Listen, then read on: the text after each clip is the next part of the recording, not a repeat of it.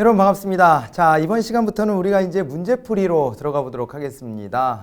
문제풀이로 들어가는데 우리가 이제 단원별 기출 예상 문제 이거 뭐 다 다뤄보는 시간입니다. 다뤄보는 시간인데 주되게는 이제 기출문제 중심으로 문제풀이가 좀 진행이 될 거다 이렇게 생각해 주시면 좋을 것 같고요. 예상 문제, 단원 문제 예상 문제에서는 이제 좀 필요한 부분만 찝어서 이렇게 좀 보고 지나가는 걸로 그렇게 하면 어떨까 싶어요.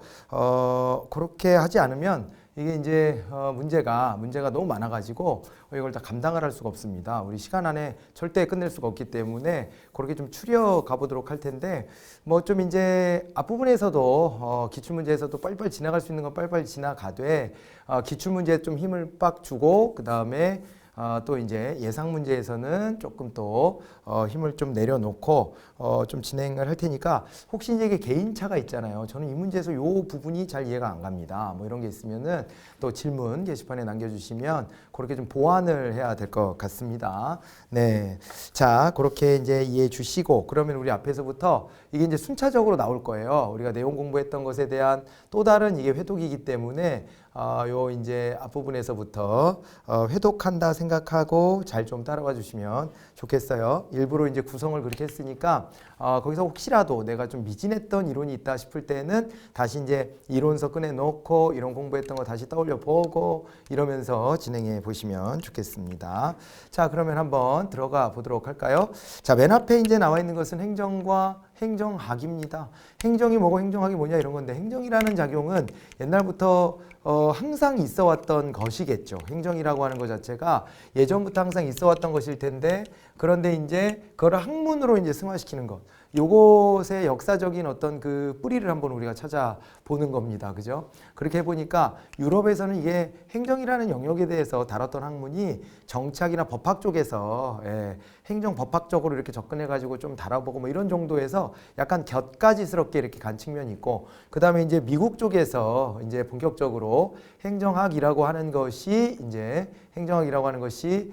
다뤄집니다. 별도의 독자 학문으로 이렇게 다뤄졌기 때문에 이게 이제 행정학이라고 하는 것 자체가 일단은 이제 역사가 그렇게 긴 건 아닌 것으로 우리가 확인해봤었고 우드로 윌슨이 1887년에 행정회의 연구라고 하는 논문을 발표한 것으로부터 우리가 뿌리를 찾았었잖아요. 그죠?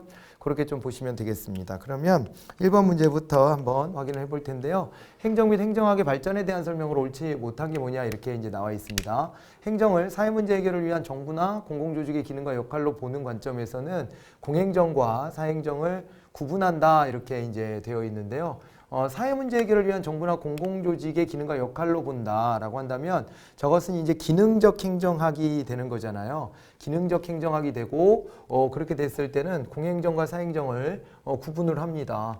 이게 이제 기능적 행정학이다라고 보면 기능적 행정학은 요거는 이제 우리 정치행정 뭐로 봤죠? 정치행정 1원론으로 봤죠? 정치행정 1원론, 공사행정 2원론으로 봤다 이렇게 보시면 됩니다. 자, 그래가지고 요게 사회문제 해결을 위해서 갈 때에는 정치행정 1원론이고 이후에 있었던 정치행정 새 1원론 같은 경우도 신행정학이요. 이제 이거 같은 경우에도 이제 공행정과 사행정을 좀 구분해 보려고 했었죠.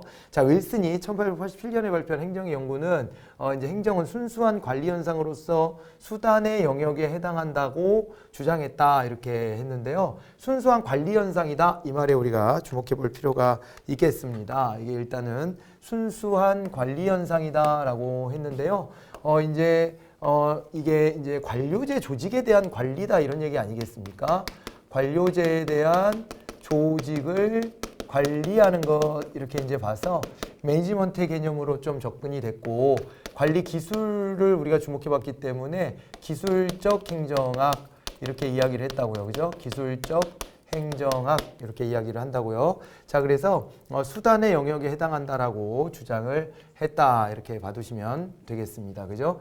그러니까 어떤 하나의 도구로서 접근을 했다 이렇게 이제 보시면 되고요.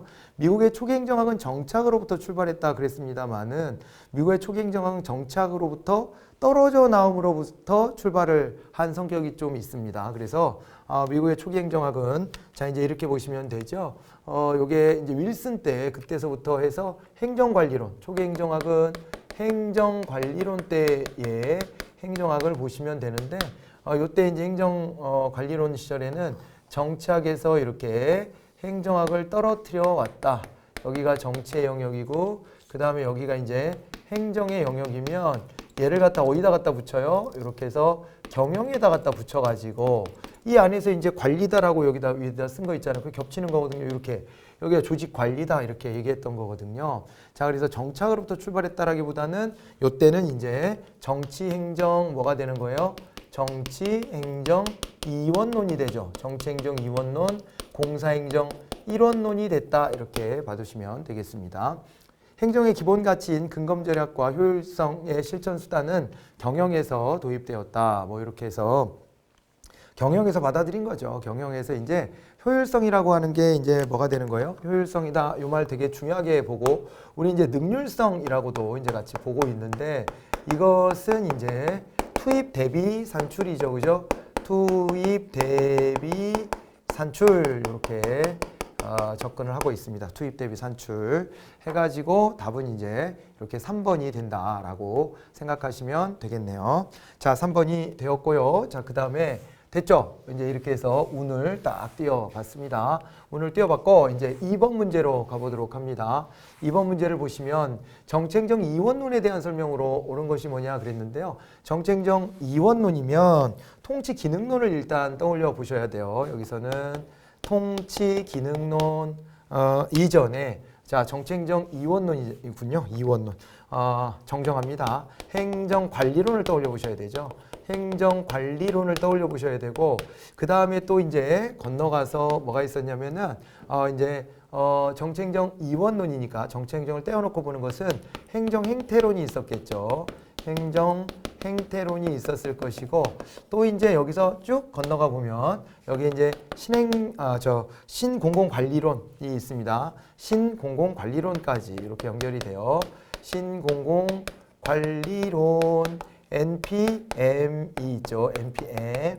이렇게 이제 연결되는 것은 정치행정 이원론하고 관련이 있다. 그래서 우리가 이제 요거를 정리할 때 행정관리론이다 그랬을 때는 여기는 이제 정치행정 이원론 이렇게 얘기했고 정치와 행정에 대한 거예요. 정치와 행정 이원론 이랬고 행정행태론이다 그랬을 때는 이거에 대해서 새 이원론 이렇게 얘기를 했고요.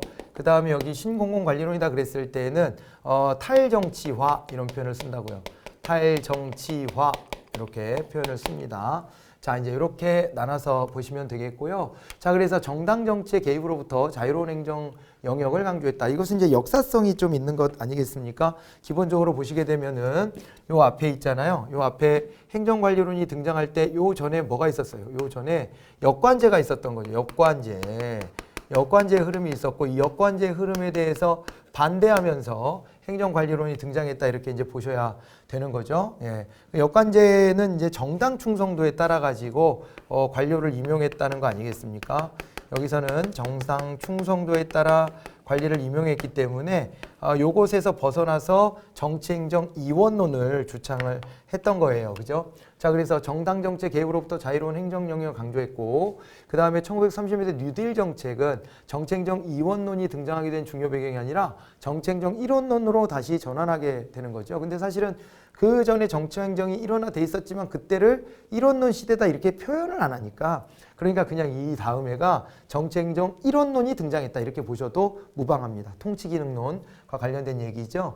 과학적 관리론과 행정개혁 운동은 이제 정치행정 이원론의 한계를 지적하였다 이렇게 되어 있는데 과학적 관리론 그랬습니다. 과학적 관리론이 행정관리론 시대 때 또 나왔던 얘기 아니에요. 여기서 이제 과학적 관리론이나 아니면은 이제 행정원리주의 같은 것들이 이제 튀어나오죠. 행정원리주의라고 하는 게 튀어나오는데 과학적 관리론이다 그랬을 때는 요게 이제 나중에 인간관계론으로 이렇게 넘어가잖아요. 인간관계론 이렇게 이제 넘어가게 되는데 여튼 이 과학적 관리론, 행정원리주의 이런 것들은 행정관리론 시대의 얘기로 이렇게 봐두시면 됩니다. 그래서 정책행정 이원론의 한계를 지적한 게 아니라 정책행정 이원론에 기반을 두고 있었다 이렇게 봐야 되겠고요. 정책행정 이원론을 대표하는 애플비 그랬는데요.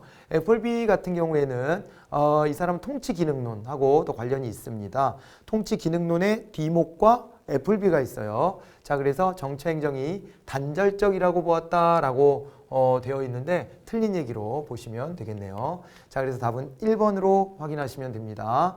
자, 그리고 이제 테일러의 과학적 관리론, 요 틀 속에서 아까 과학적 관리론 잠깐 봤는데 테일러는 뭘 연구했던 학자예요? 테일러는 시간과 동작의 연구를 이제 했던 학자입니다. 발표했던 논문이 시간과 동작의 연구 이렇게 돼 있었어요. 시간과 동작의 연구. 그래가지고 어떻게 하면 똑같은 일을 짧은 시간 안에 다 수행해낼 수 있을까? 이런 거에 대한 관심을 가졌던 겁니다. 그래서 테일러는 과학적 관리의 핵심을 개인적 기술에 두고 노동자가 발전된 과학적 방법에 따라 작업이 되도록 한다. 이렇게 이제 나와 있습니다만은 요거 보시면 이제 이 부분이에요. 개인적 기술이라고 하는 거를 이제 중점적으로 둔 게 아니에요. 이거는 있잖아요. 다 분업화가 돼 있는 거예요. 테일러가 봤을 때는 분업화가 돼 있고 그 분업화된 작업과 관련된 매뉴얼이 있어요. 매뉴얼화가 돼 있고 매뉴얼 속에서 이제 노동자가 이제 움직이는 것이지 이게 개인의 어떤 기술에다가 포인트를 맞추고 있는 것은 아니다.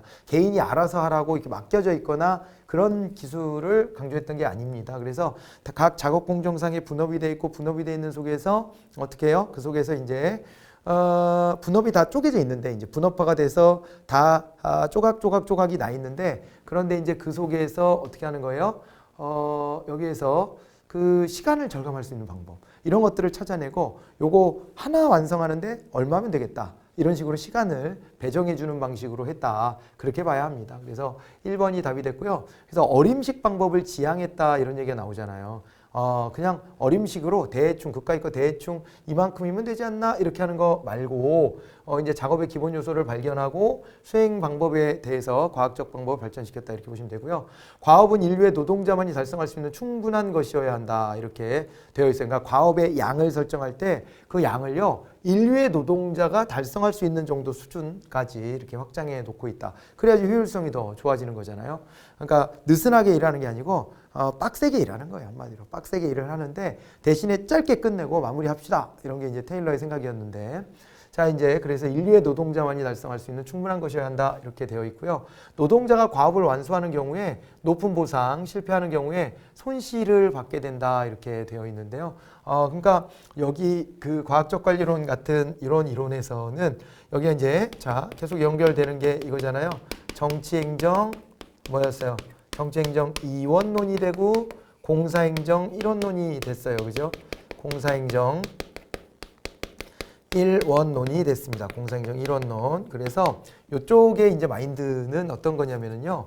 일단은 요거를 가지고 있으면서 이 속에서는 행정과 경영의 유사성을 가지고 가잖아요. 그리고 요거와 관련된 걸로 지금 이제 행정관리론을 얘기하고 있고 행정관리론과 그리고 이제 과학적 관리론을 얘기했는데 특히 과학적 관리론이 있잖아요. 전제하고 있는 인간관에 대해서 우리가 주목을 해볼 필요가 있죠. 과학적 관리론이 전제하고 있는 인간관은 바로 다름 아니라 합리적 경제인관이에요. 경제적 보상에 따라서 이들이 말이에요. 합리적 경제인관, 경제적 보상에 따라서 움직이는 존재들이다. 이렇게 되는 겁니다. 경제적 보상에 따라서 움직여지는 존재들. 이게 이제 바로 인간이다라고 보고, 그래서 노동자가 과업을 잘 완수하면 높은 보상, 실패하면 그 다음에 그거에 대한 페널티 이런 거를 줘서 이제 사람들을 움직일 수 있다라고 믿었던 거. 그게 과학적 관리론이 되겠습니다. 자, 이 정도 하시고요. 4번으로 가면 정책적 이론론에 대한 설명을 옳지 않은 게 뭐냐 그랬어요. 여기 보면 공공조직의 관리자들은 어떻대요? 공공조직의 관리자들은 정책 결정자를 위한 지원, 정보 제공의 역할만을 수행한다. 이렇게 나와 있습니다. 그죠? 자, 여기를 보게 되면은 정책적 이론론이니까 통치기능론이 되거든요. 그렇기 때문에 공공조직의 관리자들이 그냥 단순히 정책 결정자를 위한 지원을 하고 그 다음에 정보 제공 역할만을 담당한다. 이렇게 봐야 할 것인가 의문이 좀 남죠. 공공조직의 관리자들은 정책을 구체화하고요. 정책 결정 기능까지도 맡아서 합니다. 우리가 이제 통치 기능론으로 가게 되면 이때요, 통치 기능론이 이제 배경이 됐던 것은 사실은 요 앞에 세계경제 대공황이라고 하는 것이 있었잖아요. 그죠? 요 앞에 이제 대공황이 벌어졌고요. 대공황이 벌어지고 이것을 미국에서 뭘로 극복했냐면 미국에서 이제 뉴딜 정책이라는 것으로 극복을 합니다. 그죠? 대공황이 있었고 그 다음에 이제 뉴딜 정책으로 이것을 극복해내려고 했었다 이렇게 되고요. 그리고 이제 대공황 뉴딜 정책 그랬을 때 요 속에서 학문적 뒷받침으로서 이제 통치기능론이 나오게 되는 겁니다. 통치기능론이 나오게 되고 여기로부터 이제 뭐가 이제 등장했다라고 봐야 되냐면 요 시기서부터 이제 통치기능론은 이제 입법국가 시대가 된 거예요. 요게 이제 바로 입법국가를 열게 하는, 입법국가에서 참 행정국가로 넘어오게 하는, 그 말을 하려고 했는데, 입법국가가 그 전이었다라고 한다면은, 여기는 이제 행정국가 시대가 열렸다, 이렇게 보시면 됩니다. 그 전에가 이제 뭐였어요? 그 전에가 입법국가였던 거죠. 입법국가에서 뭐로 넘어왔다? 입법국가에서 이렇게 행정국가로 넘어오게 되는 것인데 그 계기가 대공황이 되었고 뉴딜 정책이 됐고 학문적으로는 통치기능론이다 이렇게 봐두시면 되겠습니다. 그래서 행정국가 때는 이제 공공조직이 이거 이제 행정 집행 역할만 하는 것이 아니라 행정 결정에도 개입을 해가지고 행정 결정에도 큰 영향력을 행사했다 이렇게 말씀을 드렸습니다. 그래서 요때는 어떻게 됐냐면은 이제 정체 영역이 이렇게 있을 때 행정이 이걸 이만큼 잡아먹어 버렸다 그랬잖아요. 행정이 밀고 들어가는 거예요. 이쪽으로 이렇게 밀고 들어가고 그래서 정치 영역으로 이렇게 흡수해 들어가면서 경영하고 떨어져 나가죠. 그래서 정치행정 이론론이다 이렇게 얘기를 하는 것이었고요. 그래서 정치가 고유하게 담당해야 된다라고 믿어 의심치 않았던 정책 결정 기능을 요거를 갖다가 이제 행정에서도 이제 맡아서 하게 됐다. 그래서 정치가 정책 결정을 하잖아요. 그런데 정책 결정을 정치만 하는 게 아니라 누구도 같이 한다? 행정도 정책 결정을 한다.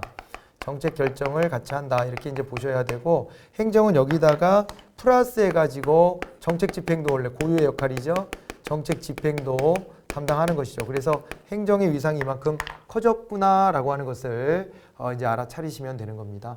공공조직 관리자들이 수집, 분석, 제시하는 정보가 가치 판단적인 요소를 내포한다. 이렇게 보시면 됩니다. 정책 결정은 가치 판단적인 영역이고요. 정책 집행은 좀 객관적인 영역인데 가치 판단성을 조금은 좀 뒤로 미루게 되는 영역인데요. 그런데 여기서는 가치 판단성 이런 것들을 더 중시하게 되죠. 행정의 파급 효과는 정치적인 요소를 내포한다 이렇게 되어 있습니다. 그래서 답은 역시 1번이 되었네요. 자, 5번으로 가봅니다. 행정학의 기술성과 과학성에 대한 설명으로 옳지 않은 것이 뭐냐 이랬습니다. 요거는 이제 어디까지 넘어가야 되냐면 요 논쟁은 이제 그 사이먼하고요. 그다음에 왈도의 논쟁 요거를 우리가 좀 봐야 됩니다. 조금 이제 어렵게 출제됐던 군무원 기출 문제인데 이제 행정 행태론하고요. 앞에서 이제 봅시다. 행정 관리론이 있었고 행정 관리론에서 뭐로 넘어왔어요? 여기서 통치 기능론으로 넘어왔죠. 통치 기능론으로 넘어왔었고 통치 기능론에서 뭐로 넘어가요? 이제 행정 행태론으로 넘어간단 말이에요. 행정 행태론으로 넘어가게 되었고 그 다음에 행정 행태론에서 뭘로 넘어가요? 행정 행태론에서 여기에서 이제 신행정론으로 넘어가잖아요. 이 흐름이 있는데 신행정론으로 넘어가게 되는데 그런데 행정관리론, 통치기능론, 행정행태론, 신행정론 이렇게 넘어갈 때 여기 이제 행정행태론과 신행정론의 대립관계를 우리가 좀 보는 거예요. 행정행태론이다 그랬을 때는 이제 사이먼이죠. 사이먼이고 대표적인 학자가. 그리고 이제 신행정론은 여기는 이제 왈도였어요. 왈도. 그리고 여기는 행정행태론은 정치행정 이제 어때요? 정치와 행정이 새 이원론이 됐고요. 이원론이 됐고 그리고 공사행정은 어떻게 됐다?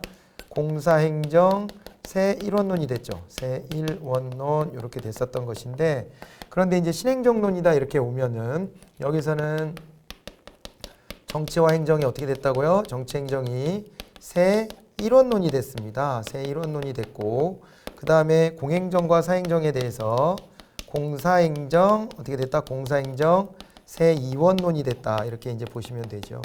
그리고 이런 틀 속에서 봤을 때 행정행태론 같은 경우에는 이제 과학성과 기술성 중에서 과학성을 강조했다 이렇게 봐야 돼요. 과학성을 강조했고 신행정론은 기술성을 강조했다 이렇게 봐야 되고, 그 다음에 행정행태론은 있잖아요. 가치 중립성을 또 내세웠다 이렇게 봐야 되겠죠. 가치 중립성을 내세웠고, 그 다음에 신행정론이다 그랬을 때는 가치 개입성을 내세웠다. 이 가치 개입성을 내세우면서 그러면서 어떻게 돼요? 이 둘이 이제 차이가 나는데, 여기는 이제 행정행태론은 논리실증주의로 갔고요. 논리실증주의로 갔고, 그 다음에 여기 신행정론 같은 경우에는 여기는 형평성 같은 것들을 이제 중시하는, 현실 문제를 해결하는 데 관심을 가졌다 이렇게 봐두시면 됩니다. 이렇게 이제 대비를 시켜놨을 때 왈도 같은 경우에는 프랙티스라는 용어로 지칭했다. 이거는 왈도가 아니고 사이먼이에요. 사이먼은 과학성을 강조하면서 야, 기술성이라는 게 프랙티스야. 그래가지고 정해진 목표를 그냥 효율적으로 달성하는가 그것만 고민하면 되는 거야. 이렇게 봤고요. 왈도는 저거를 아트라고 봤죠. 왈도가 아닙니다, 여기가. 그래서 왈도는 아트라고 보면서 어떻게 했냐면은 이제 이것이 현실의 사회 문제를 해결하는데 그 대안을 모색해 주어야 한다. 이런 방향으로까지 가게 됐다 이렇게 보시면 됩니다. 윌슨 등 초기 행정학자들은 관리기술이나 행정의 원리 등을 발견하려는 데 초점을 두고 행정학의 기술성을 강조했다 이렇게 나왔네요. 그죠? 관리기술이나 행정의 원리를 발견하려고 했다. 윌슨 등 초기 행정학자들은. 그죠? 이렇게 해가지고 행정의 기술성을 강조했고, 행태주의학자들은 행정학 연구에서 처방보다는 학문의 과학화에 역점을 뒀죠. 그래서 가설의 경험적 검증 등을 강조했다. 경험적이라는 말이 들어가면 항상 이 계량적으로 근거를 가지고 입증하려고 했구나 이렇게 봐두시면 될 거고요. 그 다음에 이제 현실 문제 해결은 언제나 과학에만 의존할 수 없기 때문에 행정학은 기술성과 과학성을 현실에서는 동시에 고려해야 돼요. 근데 이제 학문적으로는 어떤 하나의 포인트를 잡아서 그 방향으로 이제 밀어붙여 보는 것이기 때문에 이렇게 대립이 되는 거라고 생각하시면 됩니다. 자, 그래서 답은 또 1번이었구나 이렇게 확인을 하시면 되겠네요. 그죠? 자, 이렇게 하시고요. 그 다음에 이제 정부의 역할 및 정부관으로 한번 가보도록 하겠습니다. 정부의 역할 및 정부관 이렇게 이제 되는데요. 정부의 역할 및 정부관이다 그랬을 때는 자, 여기는 이제 정부가 역할을 어떻게 해야 되느냐. 이게 이제 정부가 큰 정부로 가야 되냐, 작은 정부로 가야 되냐. 이 논쟁이 좀 있는 것이죠. 그리고 그 작은 정부론에 입각하고 있는 것이 보수주의이고요. 그 다음에 또 이제 큰 정부관을 가지고 있는 게 그게 바로 이제 진보주의 정부관이다. 이렇게 보실 수가 있습니다. 자, 그랬을 적에 자, 이제 진보주의 정부에서 선호하는 정책으로 적절하지 않은 걸 찾으라 그랬는데 조세감면 이런 거는 싫어합니다. 조세감면하면 정부의 역할이 축소가 되게 되고 정부 역할이 축소가 되면 정부가 이제 시장에서의 문제점을 해결하는데 제 역할을 하기 어렵죠. 예, 그렇기 때문에 진보주의 정부에서는 정부가 좀 더 개입해서 사회적 약자에 대한 측면도 좀 고려해보고 이래야 된다고 믿는 거예요. 그래서 조세감면의 확대는 틀린 얘기로 보셔야 되고요. 정부가 적당한 규제를 해줘야 되고 그 과정에서 이제 그 시장에다 맡겨놨을 때 생기는 가장 큰 문제점이라고 할 수 있는 소득재 분배 이런 것들을 이제 해낼 수 있는 거죠. 그리고 이제 이렇게 이제 소수자들 있잖아요. 사회적 소수자들에게 기회를 또 제공해 줄 수 있다라고 보기 때문에 적절하지 않은 것은 여기서 1번으로 이렇게 확인을 하시면 되겠습니다. 자, 공공서비스의 공급 주체가 시장일 경우에 발생할 수 있는 현상으로 옳지 않은 게 뭐냐 이렇게 되어 있는데요. 자, 이제 공공서비스의 공급 주체가 시장이라 그랬어요. 시장이라 그랬고 발생할 수 있는 현상으로 옳지 않은 것 공유제, 공공재, 요금제 이런 얘기가 나왔고 가치제라는 표현도 이렇게 나왔는데 우리가 이제 이거 보려면은 우리가 이제 재화와 서비스의 구분이잖아요. 그걸 이제 배제성하고 어떻게 공부했었냐면 배제성이 있다 없다 그리고 또 경합성을 봤죠. 경합성이 또 어떻다? 경합성이 있다와 없다 이렇게 나눠가지고 봤었단 말이에요. 배제성이 있다 없다와 경합성이 있다 없다를 나눠서 이렇게 봤었는데 여기가 이제 사적재가 됐었고요. 사적재, 민간재가 되는 거였고 그 다음에 이쪽이 공공재가 됐었습니다. 공공재가 됐고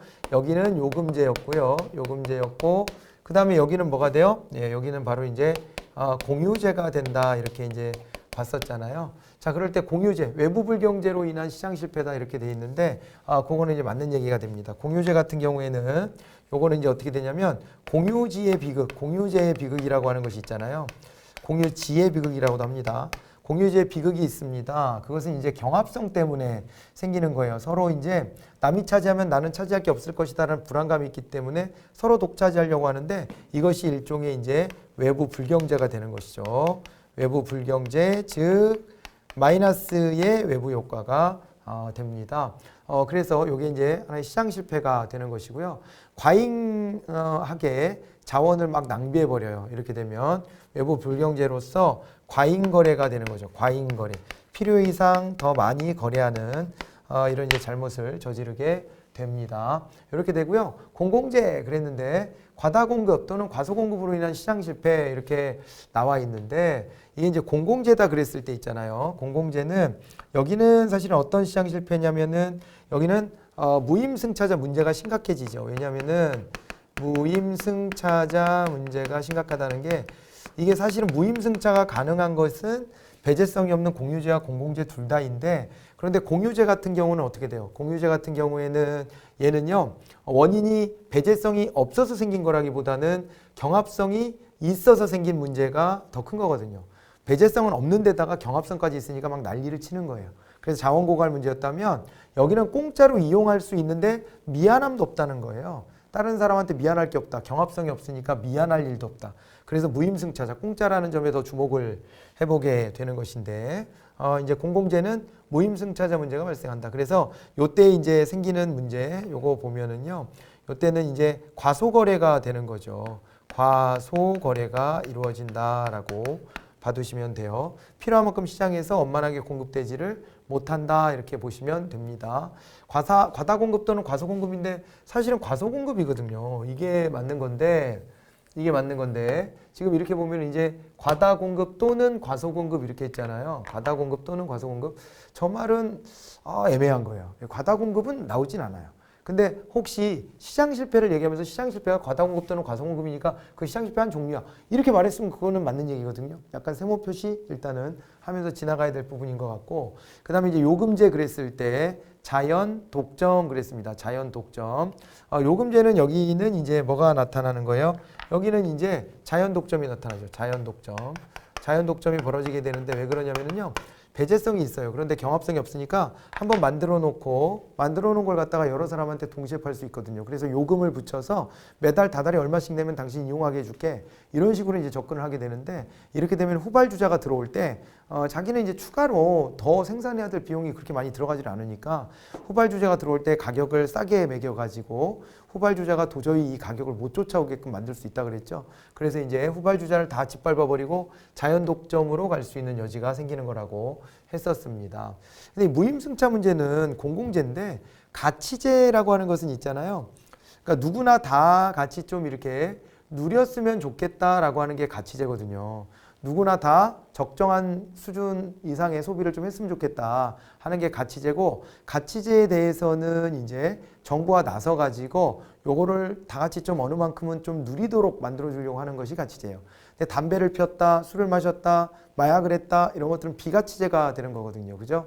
비가치제. 그 비가치제는 불가피한 경우에 일부분 허용을 해주고 그 다음에 이게 선을 넘었다 싶을 때는 이제 차단을 하는 게 이제 비가치제 특징이 되고요. 가치제, 비가치제는 그런 식으로 나누는 겁니다. 그래서 이것을 무임승차로 바로 연결하는 것은 문제가 있다. 물론 공공재 중에서 좀 가치제 성격이 있는 것들이 있겠지만은 그러지만은 이제 가치제가 이꼬르 공공재다 이렇게 볼 수는 없기 때문에 가치제가 무임승차다 이렇게 말하지는 않습니다. 4번이 답이 되었습니다. 8번으로 갑니다. 이번에는 이제 시장 실패의 원인과 관련된 것으로 옳지 않은 게 뭐냐 이렇게 했는데 시장 실패와 관련된 것으로 옳지 않은 것 이거는요 이렇게 볼까요? 우리가 이제 입법국가 시대를 살았습니다. 입법국가 시대를 살았고 입법국가 시대 때는 이때는 어떻게 돼요? 이때는 입법부가 행정부보다 우위에 있고 그리고 입법부가 결정하면 행정부가 그걸 그냥 따르기만 하는 거잖아요. 그렇게 되는데 입법국가 시대 때에는 말이에요. 이때는 이제 작은 정부를 지향하는 겁니다. 이 야경국가 이런 말 쓰고요. 야경국가 그리고 이제 작은 정부가 되고 작은 정부, 정부의 크기가 사이즈가 작은 거죠. 작은 정부가 되고요. 그 다음에 또 어떻게 됩니까? 입법국가는 이렇게 되면서 보수주의랑 관련이 좀 있죠. 그죠? 이거를 지키겠다라고 하는 게 이제 보수주의의 성향이 되는 거예요. 그런데 이것이 이제 대공황을 거치면서 뉴딜 정책 같은 게 나왔다 그랬죠. 대공황과 뉴딜 정책이 나왔어요. 이런 게 나왔는데요. 대공황뿐만 아니라 사실은 또 이제 하나의 문제가 뭐가 있었냐면은 시장 실패 문제도 있었습니다. 여기다가 또 덧붙여서 볼 수 있는 게 시장 실패 문제들이 있었어요. 시장 실패 문제들. 요 시장 실패 문제 때문에 이거를 좀 극복하기 위해서는 대공황도 대공황이고 그래서 이제 이 안에서 이제 나왔던 게 바로 이제 행정국가가 열리게 된 거죠. 행정국가 시대가 열리게 되었다라고 봐두시면 되는데 행정국가는 입법부와 행정부가 있을 때 이제 행정부가 우위에 서게 되는 것이고 여기는 이제 복지국가요. 복지국가. 복지국가를 지향한다 이렇게 보시면 되겠죠. 그죠? 복지국가를 지향하고 그 다음에 이제 큰 정부 요거를 또 지향합니다. 그래서 시장 실패 극복이죠. 예, 요거를 통해서 여기는 이제 시장 실패를 극복을 합니다. 시장 실패 극복. 시장 실패는 극복하는데요. 여기에 이제 도움을 주는데 그런데 어떻게 돼요? 그런데 하지만 또 다른 이제 실패 현상인 정부 실패가 나타나게 돼요. 정부 실패를 유발하게 된다. 이렇게 이제 정리를 하실 수가 있고요. 요때 요거를 이제 추종하는 것을 우리가 이제 진보주의다라고 말할 수 있는 거죠. 진보주의다라고 말할 수 있고 이렇게 왔는데 그런데 또 이 정부 실패 때문에 정부 실패와 그 다음에 또 이제 뭐예요? 정부 실패뿐만 아니라 스태그플레이션이 벌어졌죠. 스태그플레이션으로 케인스주의가요 제대로 이제 먹히지가 않아요. 예, 그래가지고 이제 그것 때문에 이제 결국에는 스태그플레이션이 오면서 그러면서 이제 어떻게 돼요? 입법국가, 행정국가 그리고 이제 신행정국가로 오게 되는 것이죠. 신행정국가로 오게 됐다 이렇게 보시면 되고 여기로 오면 다시 이제 이때가 신자유주의잖아요. 신자유주의가 오게 되면서 그러면서 다시 작은 정부로 회귀했다. 신보수주의라고도 한다. 이렇게 보시면 되죠. 신보수주의. 맞습니까? 이렇게 정리를 하고 대표적인 학자 이름들을 좀 꼽아보면 여기에는 이제 애덤 스미스가 있었을 것이고요. 애덤 스미스가 있고 존 메이나드 케인스가 이제 이쪽에 나오는 거죠. 케인스가 나오고 그다음에 이쪽으로는 이제 누가 있냐면은요. 저기가 있죠. 그 시카고 학파의 밀턴 프리드만 같은 학자가 있어요. 프리드만 같은 학자가 있습니다. 예. 이런 학자들을 좀 이제 학자의 흐름으로 보면은 요렇게 각 단계별로 이렇게 달아서 보시면 될 겁니다. 자, 그런데 시장 실패의 원인에 해당되는 것들을 우리가 좀 열거를 좀 해봐야 되죠. 시장 실패에 해당되는 것들이 뭐가 있었냐면은 불완전 경쟁이 있었습니다.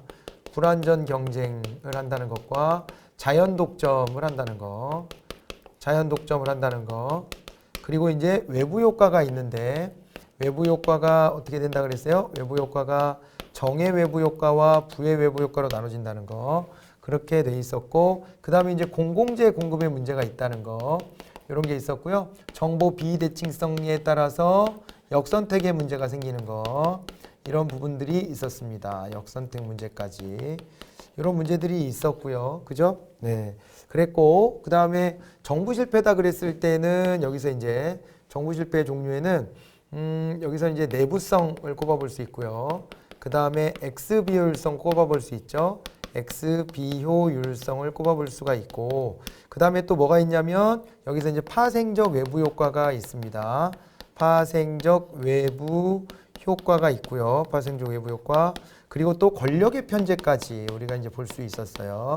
권력의 편제까지 볼 수 있다 이렇게 이제 되는 것인데 시장 실패 원인과 관련된 것을 옳지 않은 것은 그러다 보니까 내부성이 딱 꽂아지는 거죠. 이렇게 자 이렇게 큰 흐름을 다시 한번 잡아보시고요. 자 행정관료의 재량이 늘어나는 것은 행정국가 시대의 모습이에요. 그래서 이 이후로 적절하지 않은 게 뭐냐 그랬는데 공황 이후에 복잡한 사회 문제들이 등장을 했고요. 자본주의 발달로 인한 사회 문제가 이미 대두에 있었고 그 다음에 의회의 권력 확대하고는 거리가 멀죠. 의회의 힘이 약화가 되는 이런 상황이고요. 복지국가가 등장하면서 행정부의 그 어떤 그 전문성 이런 것들을 좀 활용할 필요가 또 생겨서 그렇습니다. 그래서 이거는 3번이 답이다 이렇게 봐두시면 되고요.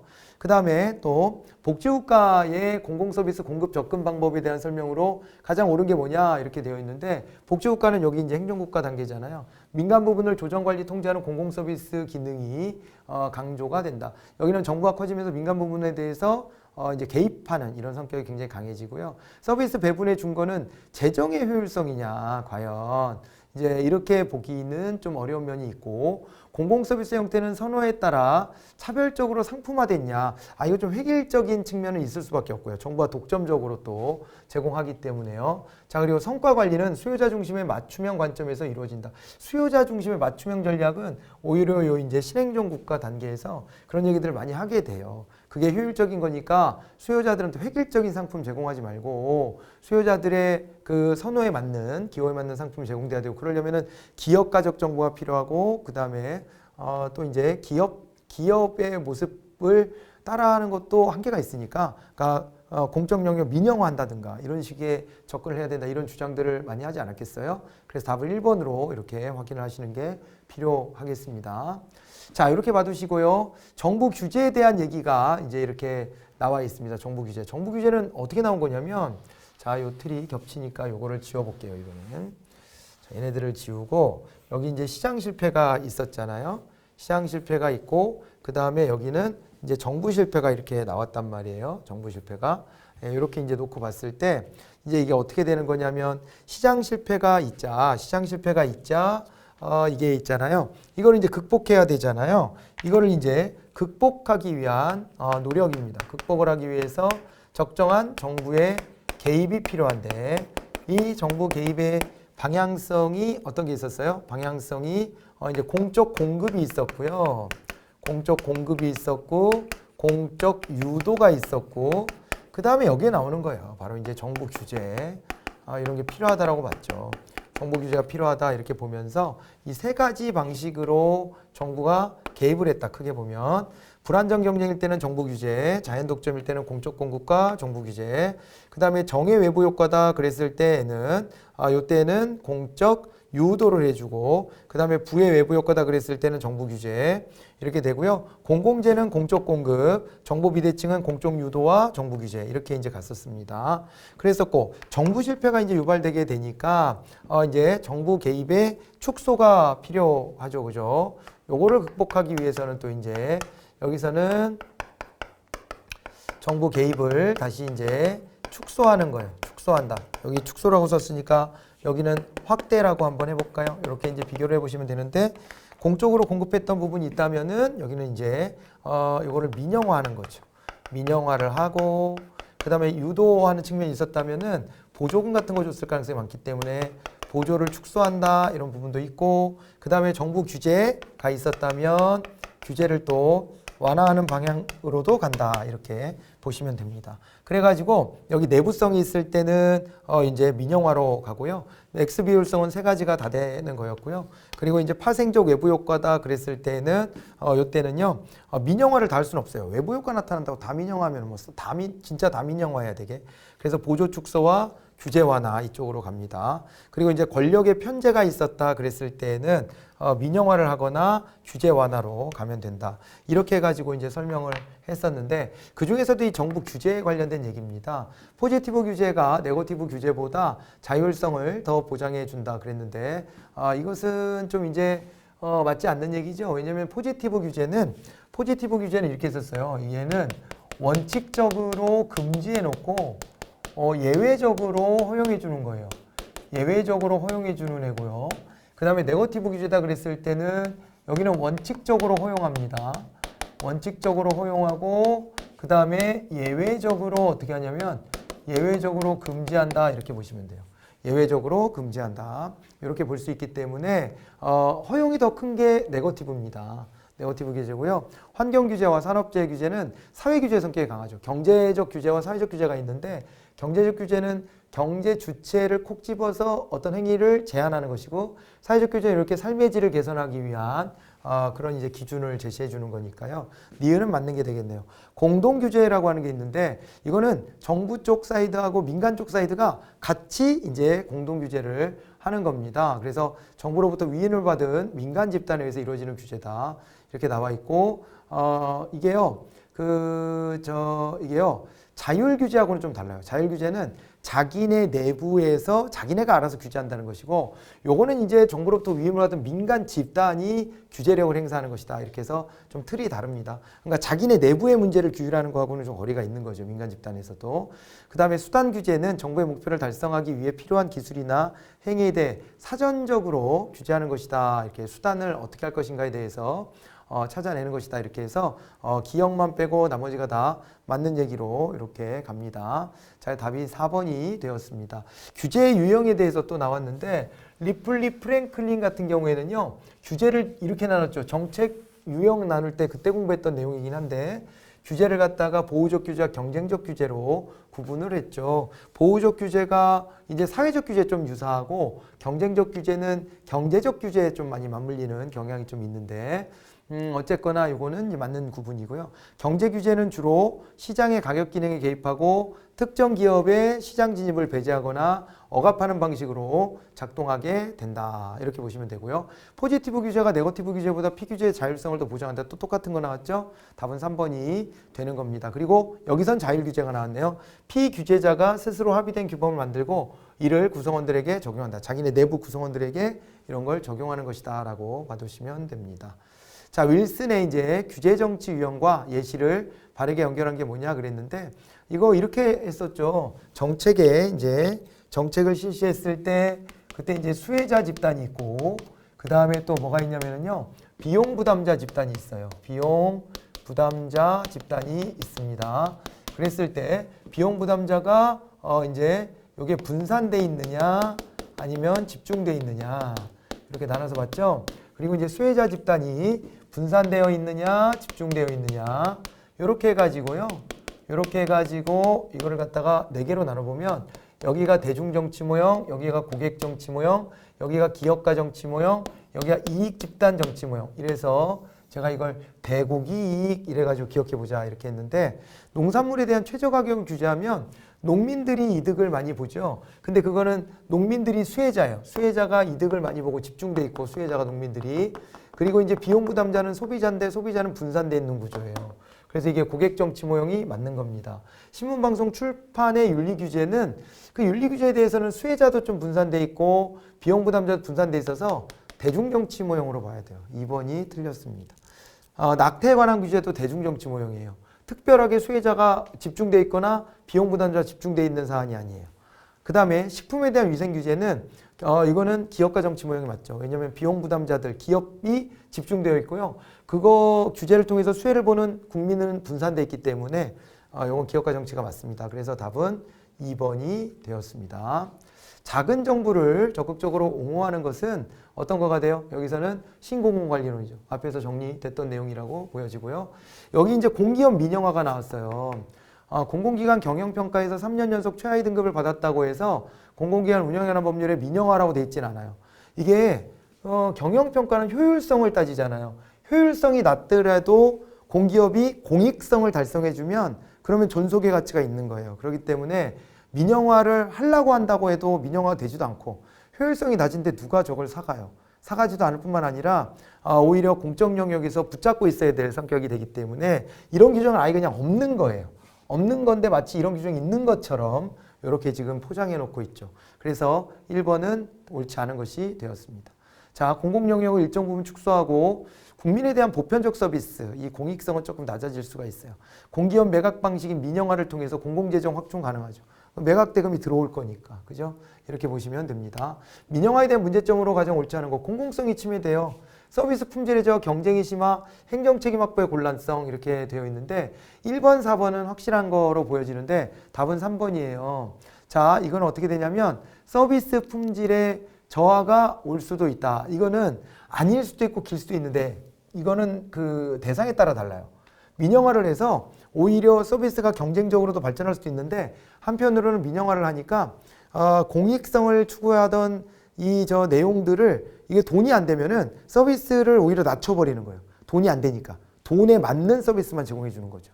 이렇게 되기도 해서 서비스 품질의 저하를 걱정할 수가 있는데 얘는 민영화의 문제점이 아니고요. 민영화를 통해서 얻으려고 하는 장점이에요.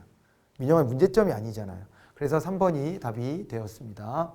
자, 민간 투자 사업자가 사회기반 시설 준공과 동시에 해당 시설 소유권을 정부로 이전했대요. 그러면 BT가 나와야 되죠. 그리고 이제 시설 관리 운영권을 획득하고 이렇게 했고요. 정부는 해당 시설을 임차 사용한대요. 그래서 약정기간 임대료를 민간에게 지급한다 이렇게 했으니까 이거는 이제 임대료 지급 방식이면 리스 방식이라고 봐야 되겠네요. BTL 방식. 민간 자본 끌어들일 때 어떻게 하는지 요거 이렇게 잘 들여다보시면 됩니다.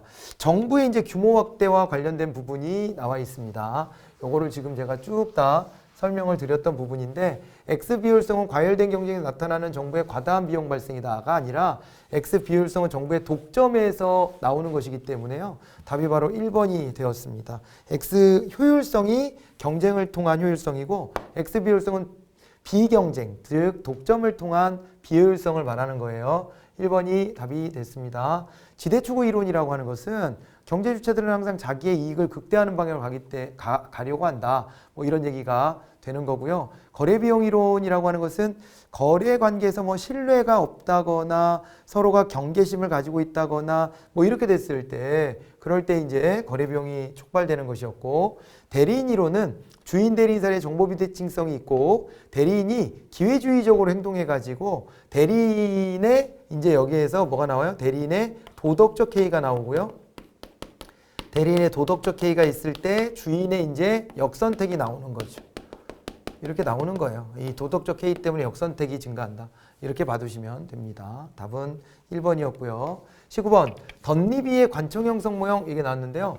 덧니비는 뭘 반박한 거냐면은 이제 저걸 반박했습니다. 덧니비 같은 경우에는 니스카넨의 관료 예산 극대화, 정부 실패가 나타나는 원인 중에 하나로 니스카넨은 관료들은 예산을 극대화하려고 한다 그랬는데 덧니비에 봤을 때 꼭 그런 건 아니래요. 이 고위 관료나 이런 사람들은 관청을 혁신하려고 하는 관청 형성 모형에 더 관심이 있다. 관청 형성에 더 관심이 많지 관청 예산 극대화에 관심이 많은 게 아니다 이렇게 했거든요. 자, 그래서 고위 관료의 선호에 맞지 않는 기능을 민영화나 민간 위탁을 통해서 지방정부나 준정부기관이 오히려 더 이제 넘겨버린다는 거예요. 관청 형성 전략에서는 관청의 효율성을 도모하기 때문에 고위 관료는 이렇게 행동한대요. 예산을 많이 따려고 하는 것은 개선에서 일선에 있는 관료들이 예산을 많이 따려고 하는 것이다. 이렇게 하는 거예요. 그래서 고위직 관료들은 소속기관 예산 극대화를 추구하는 게 아니고요. 중하위직 관료는 주로 관청 예산의 증대로 이익을 얻는다. 이렇게 했는데 이제 중하위직 관료가 관청 예산보다는 자기의 어떤 사업 예산을 따는 게 더 중요하다. 이렇게 이제 봐야 되는 거예요. 자, 그렇게 되고요. 전제는요, 누구나 다 합리적으로 자기 이익을 추구한다. 관료도 그렇다라는 전제를 깔아요. 그래서 공적 이익을 우선시하는 게 아니고 누구나 다 자기의 사적 이익을 우선시한다는 걸 전제로 했다.